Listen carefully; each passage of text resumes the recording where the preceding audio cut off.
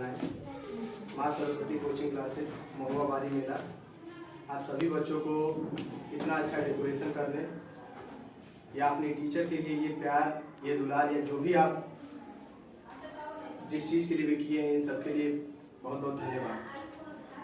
सबसे पहले मैं आपको कुछ बातें बताना चाहूँगा और वो ये कि अभी मैं थोड़े समय पहले आया तो आप में से ही किसी ने बोला था, सर ये ड्रेस पहन के आइएगा, सर वो ड्रेस पहन के आइएगा। मुझे ये बताइए, शिक्षा का ड्रेस से क्या तात्पर्य है? अगर तात्पर्य है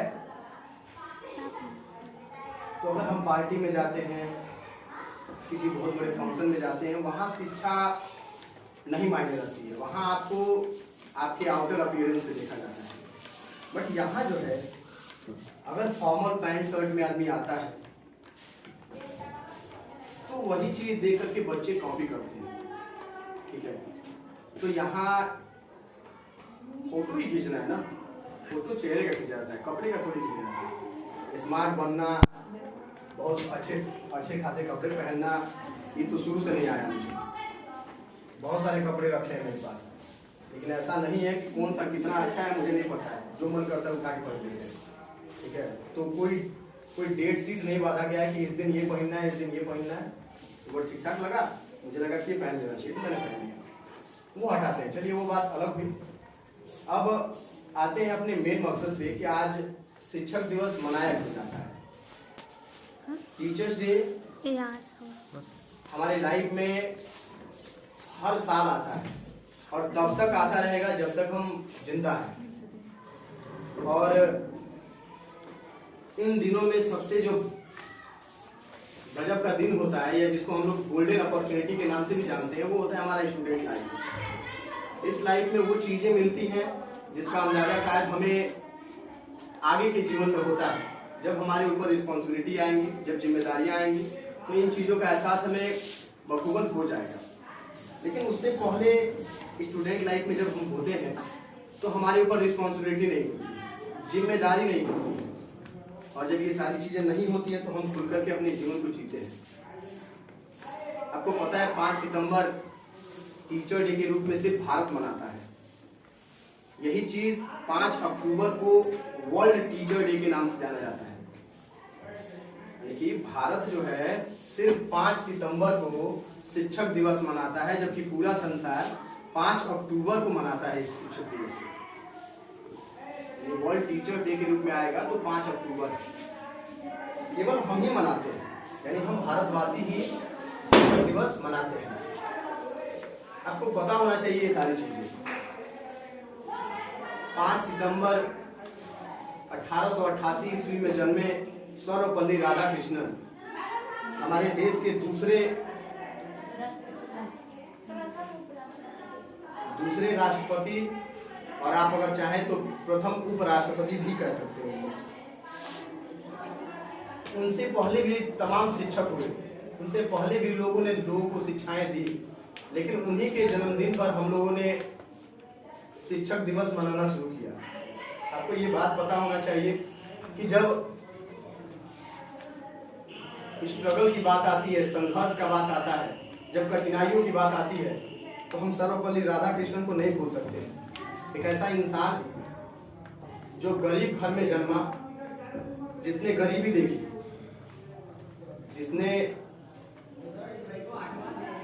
जमीन पे रख कर के भी खाना खाया।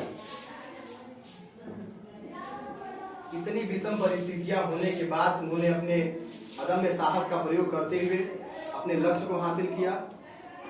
And after that he become the second and first vice president of India. जब बच्चे उनके पास बड़े प्यार से गए थे कि सर हम लोग आपका जन्मदिन मनाना चाहते हैं, तो उन्होंने सोचा कि सिर्फ मेरा ही जन्मदिन क्यों, आज के बाद से मेरे जन्मदिन के रूप में भारत के उन तमाम लोगों का जन्मदिन भी मनाया जाएगा जिनको हम गुरु कहते हैं, शिक्षक कहते हैं। तो आज का दिन 5 सितंबर हर एक बच्चे की लाइफ में आता है, और हर एक बच्चा आपको पढ़ाए हैं बचपन से लेकर के अब तक, उन सभी के लिए हमारे मन में एक सम्मान होता है, एक सम्मान की भावना होती है। देखिए, सबसे बड़ी बात होती है कि क्या हम वो रिस्पेक्ट डेवलप कर पा रहे हैं या नहीं कर पा रहे हैं। बच्चों का मन चंचल होता है, शुरुआत से ही हर जगह लगता है, कभी यहाँ तो कभी वहाँ तो कभी वहाँ, लेकिन उनके भविष्य के लिए बेहतर क्या है ये आपसे बेहतर कोई नहीं जान सकता। आज शिक्षक दिवस क्लास 12 का ये बैच है और इस बैच में मैं ये सारी बातें बता रहा हूँ। इससे पहले और इसके बाद वाले बैच में भी बताना अनिवार्य होगा, बट उनके पास बहुत टाइम है। आप समझिए, लाइफ का वो मोड़ या वो रास्ता आपके सामने शुरू हो रहा है जिसको जिम्मेदारियों का रास्ता कहा जाता है, जिसमें आप अपने माता पिता के कदमों के अनुसार आगे बढ़ते हैं। तो लाइफ में हमेशा उनके कदमों का ही अनुसरण कीजिएगा। और एक चीज़ आपको मैं बताऊं, कल भी मैंने बताया हुआ था आपको कि शिक्षक दिवस के रूप में सिर्फ हम अपने शिक्षक ही नहीं बल्कि अपने माता पिता का भी सम्मान करना सीखेंगे। हर उस माता पिता का कर्ज है हमारे ऊपर जिन्होंने हमें जन्म दिया, उंगली पकड़ के चलना सिखाया, या हर एक चीज़। तो जो सम्मान आप अपने टीचर के लिए रखते हैं वही सम्मान अपने मन में अपने माता पिता के लिए भी रखिए, क्योंकि आज वही इंसान है जिनकी बदौलत हम क्या कर पाते हैं, यहाँ पढ़ पाते हैं। आप खुशकिस्मत इंसान हैं कि आपको उनके जैसा मम्मी पापा मिले। लाइफ में टीचर चेंज होते रहते हैं, मम्मी पापा नहीं बदलते। आज आप यहाँ हैं, कल कहीं और पढ़ने जाएंगे, कोई और टीचर मिलेगा आपको। आपकी लाइफ में टीचर टाइम टू टाइम बदलते रहेंगे। कोई आज यहाँ शिक्षा दे रहा है, कल कोई और शिक्षक शिक्षा देगा, लेकिन मम्मी पापा ने जो आपके लिए किया वो लाइफ लॉन्ग करते रहेंगे जब तक वो है आपके पास। शिक्षक दिवस में बहुत ज़्यादा मैं नहीं बोलूँगा, बहुत चूँकि रूम गर्म है और बहुत ज़्यादा गर्मी भी हो रही है। तो एक बार फिर से कि सिर्फ दिखावा करने से नहीं होता है, सिर्फ बाहरी दिखावा से ये कभी नहीं पता चलता है कि कौन टीचर आपको कितना मानता है या आप अपने टीचर को कितना मानते हैं। एक बात हमेशा याद रखिएगा, लाइफ में कभी कभी देखी हुई चीजें भी गलत साबित होती हैं। देखने का नजरिया बदलिए। क्या पता हो सकता है कि आज थोड़ा सा नेग्लेक्शन आपके भविष्य को बेहतर बना दे। अगर थोड़ा सा मार, थोड़ा सा डांट और थोड़ा सा फटकार अगर आपको बेहतर बना दे, तो आज टीचर का वो डांटना, टीचर का आज वो मारना मुझे लगता है कि सही है। आपको याद है एक सूर्यवंशम मूवी आई थी, मैंने देखी थी। उस सूर्यवंशम मूवी में एक डायलॉग था, बोला गया था कि अगर कोई खेत हल जोतने से दुखी होता है तो वो अनाज कभी पैदा नहीं कर सकता। कोई पत्थर छीनी और हथौड़ी की मार से रोता है तो कभी वो मूर्त नहीं बन सकता, क्योंकि उन सबसे कष्ट होता है। और जिन चीजों से आपको कष्ट होता है और अगर आपने झेलना नहीं सीखा ना, तो आपकी लाइफ भी कष्टों से भरी होगी। मैं एक छोटी सी कहानी आपके सामने डिस्कस करूंगा, उम्मीद है कि आप जानते भी होंगे उस कहानी को। एक बार एक कुम्हार या एक शिल्पकार जो था वो जंगल में जाता है, और जंगल में जैसे ही वो जाता है तो उसे एक बहुत बड़े साधु महात्मा का या फिर कह सकते हैं बहुत बड़े व्यापारी का ऑर्डर मिला होता है एक मूर्ति बनाने का। तो वो जब जंगल में जाता है तो जाकर के पत्थर की तलाश करता है, एक ऐसा पत्थर जिसको काट करके वो मूर्ति का रूप दे सके। चलते चलते जंगल में उसे एक बड़ा सा पत्थर मिलता है। जैसे वो उस पत्थर को उठाता है तो वो जो पत्थर होता है उसको उठा के लेके आता है घर, उठा के लेके आता है, और जैसे ही उस पे छेनी और हथौड़ी से मारना शुरू करता है वो पत्थर चिल्ला के बोलता है, बहुत तकलीफ हो रहा है, मत मारो मुझे मत मारो, काफी दर्द हो रहा है, बहुत ज्यादा तकलीफ हो रही है मुझे मत मारो। तो शिल्पकार उससे कहता है कि आज जिस कष्ट को तुम फील कर पा रहे हो, अगर तुमने 1 घंटा 2 घंटा 3 घंटा 4 घंटा इस कष्ट को झेल लिया तो उम्मीद तो आगे की लाइफ तुम्हारी बहुत ही अच्छी होगी, मानो मेरी बात। तो पत्थर कहता है कि चाहे इसके आगे की जिंदगी स्वर्ग जैसी ही क्यों ना हो, मुझे नहीं चाहिए, बट मुझे ये कष्ट मत दो। शिल्पकार परेशान हो जाता है क्योंकि उसे ऑर्डर पूरा करना था। तो फिर उसे याद आता है कि इसी पत्थर के करीब एक और पत्थर रखा हुआ था। फिर वो जंगल में भागता जाता है दौड़ता हुआ और वो पत्थर उठा के लेके आता है। उस पर छीनी हथौड़ी का मार जैसे ही प्रहार करना शुरू करता है, वो पत्थर भी चिल्लाता है कि बहुत कष्ट हो रहा है। तो शिल्पकार बोलता है छोड़ दूं? कहता है नहीं, मुझे लगता है कि आप जो काम कर रहे हैं इससे मेरी जिंदगी बेहतर होने वाली है। आज जो कष्ट आप दे रहे हैं, जो तकलीफें आपसे हो रही हैं, ये मैं झेल लूंगा। आप अपना काम जारी रखिए, मेरे दर्द और मेरी तकलीफों पे ना जाइए। तो शिल्पकार उससे पूछता है कि तुम्हें तो बहुत दर्द होगा फिर। तो पत्थर बोलता है कि मालिक, अब आप ही मेरे क्रिएटर हैं। आपका दिया हर एक दर्द हो सकता है भविष्य में मुझे खुशियां लौटा दे। इसके बाद से वो शिल्पकार बड़ा खुश होता है और अपने छीनी हथौड़ी से मारते मारते मारते मारते उसकी जितने भी अवगुण होते हैं, जितने भी बेकार तथ्य होते हैं, उन सबको वो बाहर निकाल देता है। उसके बाद से उससे वो मूर्ति बना देता है। जैसे वो मूर्ति बन के तैयार होती है, वो व्यापारी जिसने उस मूर्ति का ऑर्डर दिया था वो वहां आता है और उस मूर्ति को लेके जाता है। उस मूर्ति को जब लेके जाता है तो ले जाकर के गर्भगृह में रख देता है। वहां लोग फूल माला अगरबत्ती रोज पूजा करते हैं, उसकी दूध चढ़ता है उसके यहाँ। उसके बाद से नारियल फोड़ने की व्यवस्था की जाती है कि नारियल कहाँ फोड़ा जाए। तो उस व्यापारी को याद आता है कि एक और पत्थर उसके यहाँ रखा हुआ था शिल्पकार के यहाँ। वो आता है और कहता है कि मुझे ये पत्थर भी दे दो। तो कहता है लेके जाओ। फिर वही पत्थर को ले जाकर के और मंदिर के सामने, मूर्ति के सामने ही रख दिया जाता है। और हमेशा जब भी मंदिर के अंदर पूजा की जाती है तो फूल माला अगरबत्ती सब मूर्ति के ऊपर चढ़ाया जाता है और नारियल फोड़ने के लिए हमेशा उस पत्थर का उपयोग किया जाता है जो शुरुआत में चिल्लाया जाता है। कभी भी नारियल ला करके उसके सिर पे पटका जाता है और जितनी बार पटका जाता है उतनी बार ये चिल्लाता है और हमेशा से ये चिल्लाता ही रहता है। इसके बाद से जब शाम होता है तो ये पत्थर उस मूर्ति से बोलता है कि यार सबसे पहले वहां तो मेरा हक है, काश मैंने अपने शिल्पकार की बात मानी होती तो आज शायद तुम्हारे जगह पे मैं होता। तो वो मूर्ति कहता है कि पेशेंस, धैर्य और हमारा क्रिएटर ये हमेशा अपने लिए नहीं बल्कि हमारे लिए जिंदा रहते हैं, हमारे लिए बेहतर काम करते हैं। इसीलिए अगर उनसे कष्ट हो रहा है तो एक डायरेक्शन छोड़ करके दूसरे डायरेक्शन से देखना शुरू करो, क्या पता वो चीज आपके लिए बेहतर हो। और आज जिन चीजों से आपको कष्ट हो रहा है, यकीन मानिए जिस दिन बोर्ड का एग्जाम आपके हाथ में होगा, पेपर आपके हाथ में होगा, आप यकीनन कुछ अलग करके आएंगे, कुछ बेहतर करके आएंगे। अगर आपने आज के कष्ट को झेल लिया तो आपको याद होगा मैं पिछले कुछ समय से आप जैसा चाहते हैं वैसा मैं रिएक्ट नहीं करता, मेरे चेहरे पे हंसी नहीं रहती आपके बैच में। इसका कुछ पर्सनल रीजन भी था, कुछ अपनी जिंदगी भी उथल पुथल हुई थी, वो अलग चीज है, कुछ फैमिली प्रॉब्लम्स भी रही हैं। बट आप जरा ये समझिए कि क्या रेगुलर किसी इंसान का एक ही मूड में रहना पॉसिबल है? नहीं है। और ऊपर से आप ये सोचते हैं कि आपके अनुसार एजुकेशन दिया जाए या आपको बेहतर बनाने के लिए काम ना करके आपके अनुसार चला जाए, तो क्या ये पॉसिबल होगा?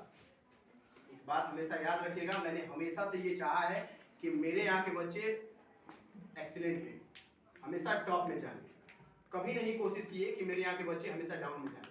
और जब आप डाउन में जाते हैं तो कष्ट आपसे ज्यादा मुझे होता है, दिखता आपको नहीं है। अनाप शनाप की बातें निकलना वो अलग बात है, मैं कह देता हूँ अलग चीज है, लेकिन आपके रिजल्ट से सबसे ज्यादा इफेक्टिव मैं होता हूँ।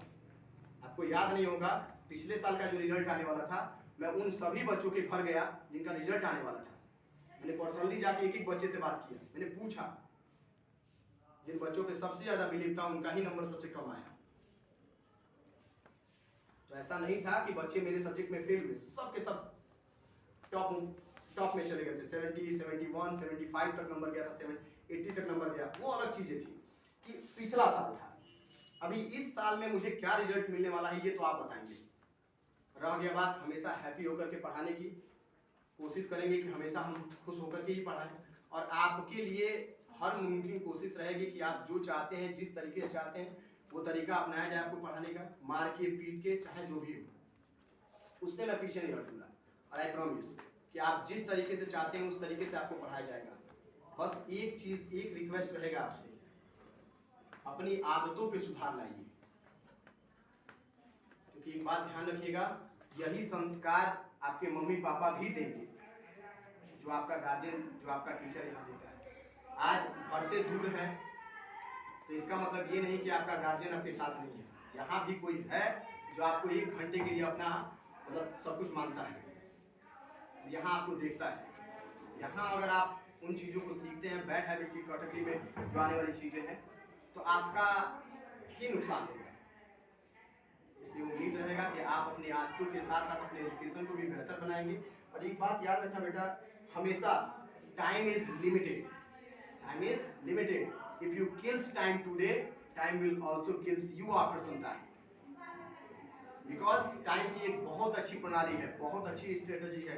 If you respect me, I will respect you, and if you kills me today, I will kills you after some time. आज मेरा सम्मान कर लो, मैं तुम्हारा भविष्य में कहीं भी अपमान नहीं होने दूंगा। ये है कि आप कितना समय का रिस्पेक्ट करते हैं। आने में समय जाता है, जाने में समय जाता है। सोचिए कि आप जितना दूर से आते हैं, यहाँ से ऐसे ऐसे बच्चे हैं जो 1.5 2 किलोमीटर दूर से आते हैं, रेगुलर पैदल। आप उतना दूर से चल के आते हैं, यहाँ से चल के जाते हैं, दिन में 2 किलोमीटर 3 किलोमीटर आप चल लेते हैं। कुछ बच्चे साइकिल से भी आते हैं। हर तकलीफों को दूर करके और घर की हर जिम्मेदारियों को छोड़ करके 1 घंटे के लिए वो यहाँ आते हैं। और यहाँ आकर के आप पढ़ाई नहीं करें, यहाँ आकर के आप अपने एजुकेशन को बेहतर करने की कोशिश ना करें, तो फिर who is the responsible? Your teacher? Not, never. You are the responsible. If you are not able to read anything, how can your teacher will be taught to you? These all things depend on you only. So before that, blaming your teacher, first of all, you have to change yourself from the inside of your heart, not outer side. Because outer side will change time to time, according to festival, according to occasion, and according to anything. But if you change inside your heart, you will become fully changed. वो हिंदी में एक कहावत कहा जाता है, मन चंगा तो कटौती में गंगा। मन साफ हुआ तो शरीर की अहमियत नहीं रह जाती है। So you have to change yourself by heart. अपने आप को मन से शुद्ध बनाइए। जिस थाली में खाते हैं उसमें छेद करने का काम नहीं कीजिए, क्योंकि आपके मम्मी पापा भी आपको बड़े प्यार से और बड़े दुलार से पाल पोस रहे हैं। बहुत उम्मीदें जुड़ी हुई हैं। किसी किसी का तो सिर्फ एक ही बेटा है, किसी किसी की सिर्फ एक ही बेटी है। सोचिए उनके अंदर क्या चल रहा है इस समय। आज जिम्मेदारियां वो पूरी कर रहे हैं, कल वही जिम्मेदारी आपके कंधे पर भी आएगी। तो जो आप किए हैं, अगर वही आपकी आने वाली पीढ़ी भी करेगी तो आपको खुशी होगा? कभी नहीं। आप कभी नहीं चाहेंगे कि जो आप कर रहे हैं आगे आने वाली जो पीढ़ी है वो भी वही करे। इसलिए सुधार लाइए अपनी में। शिक्षक दिवस तो है, मैं मानता हूँ इस चीज के लिए, और आपने इतना सारा डेकोरेशन किया, इसके लिए बहुत बहुत धन्यवाद आपका, तहे दिल से धन्यवाद।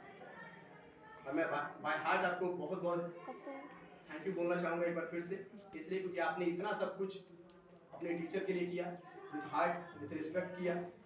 और जो भी आपने आज के लिए किया हो उन सबके लिए ढेर सारी शुभकामनाएं कि आप आगे ढेर सारे नंबर अचीव कीजिए, आगे तक बढ़िए, खूब खुश रहिए, हंसते रहिए, मुस्कुराते रहिए। ठीक है, थैंक यू एक बार फिर से शिक्षक दिवस।